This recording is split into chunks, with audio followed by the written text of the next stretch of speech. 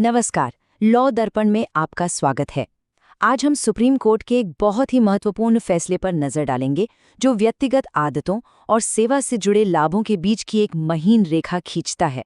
सवाल बहुत सीधा है, पर इसका जवाब उतना ही पेचीदा है।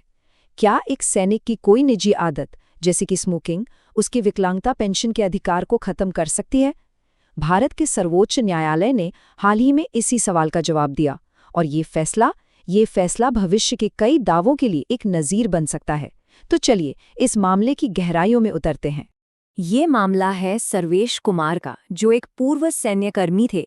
जब उन्हें विकलांगता पेंशन देने से मना कर दिया गया तो इंसाफ की उनकी ये लड़ाई उन्हें देश की सबसे बड़ी अदालत यानी सुप्रीम कोर्ट तक ले आई।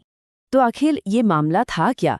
देखिए, श्री कुमार को ब्रेन स्ट्रोक हुआ था। उन्होंने इसे अपनी सर्विस से जोड़ते हुए विकलांगता पेंशन के लिए दावा किया, लेकिन आर्म्ड फोर्सेस ट्रिब्यूनल ने उनके इस दावे को खारिज कर दिया और बस इसी फैसले के खिलाफ वो सुप्रीम कोर्ट पहुंचे थे। अब यहाँ से ये केस और भी दिलचस्प हो जाता है। कोर्ट की जांच का पूरा फोकस इस बात पर आ गया कि इस मेडिकल कंडीशन की, मतलब इस बीमारी की असली वजह क्या थी। और जानते हैं, इसका जवाब उन्हीं के मेडिकल रिकॉर्ड्स में छुपा हुआ था। जी हाँ, मेडिकल रिपोर्ट्स में ये साफ साफ लिखा था कि अपीलकर्ता को हर रोज 10 बीड़ी पीने की आदत थी। अब सुनने में ये एक छोटी सी बात लग सकती है, लेकिन यही छोटा सा फैक्ट इस पूरे मामले का टर्निंग पॉइंट बन गया। तो ये इस्कीमिक स्ट्रोक होता क्या है? अगर आसान भाषा में समझें तो ये तब होता है जब दिमाग तक खून का फ्लो किसी वजह से रुक जाता है। कोर्ट ने उन सभी साइंटिफिकली प्रूवन रिस्क फैक्टर्स पर गौर किया जिनकी वजह से ये स्ट्रोक होता है। और देखिए, इन जोखिमों की लिस्ट में धूम्रपान यानी स्मोकिंग का नाम बहुत साफ साफ लिखा है।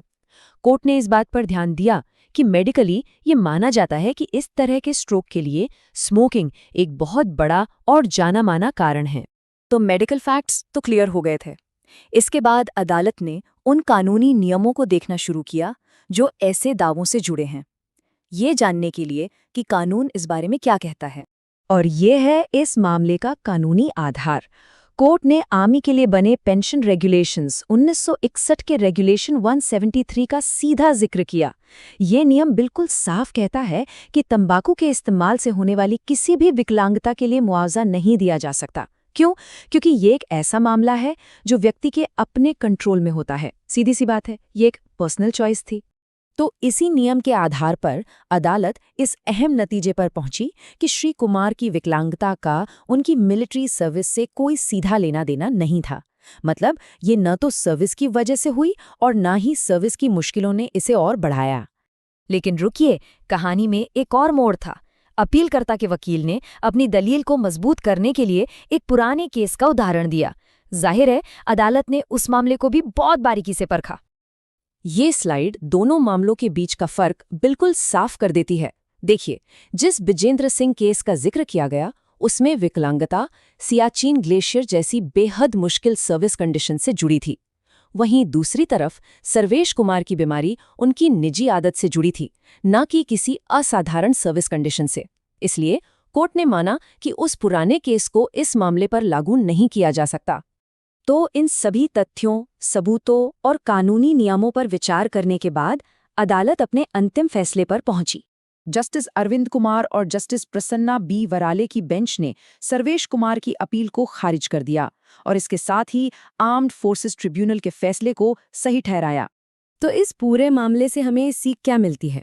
देखिए, इस फैसले ने एक बहुत ज़रूरी कानूनी सिद्धांत को और भी मजबूत कर दिया है कि विकलांगता पेंशन के लिए ये साबित करना ही होगा कि विकलांगता का सीधा कनेक्शन मिलिट्री सर्विस से है। ऐसी बीमारियां जो किसी की अपनी कंट्रोल की जा सकने वाली आदतों से होती हैं, वो इसके दायरे में नहीं आती। और ये फैसला हमें एक गहरे सवाल पर सोचने के लिए मजबूर करता है।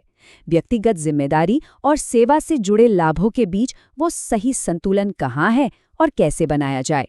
ये एक ऐसी बहस है जिसे इस फैसले ने एक नया आयाम दिया है। लॉ दर्पण देखने के लिए आपका धन्यवाद। अगली बार फिर मिलेंगे, तब तक सूचित रहें।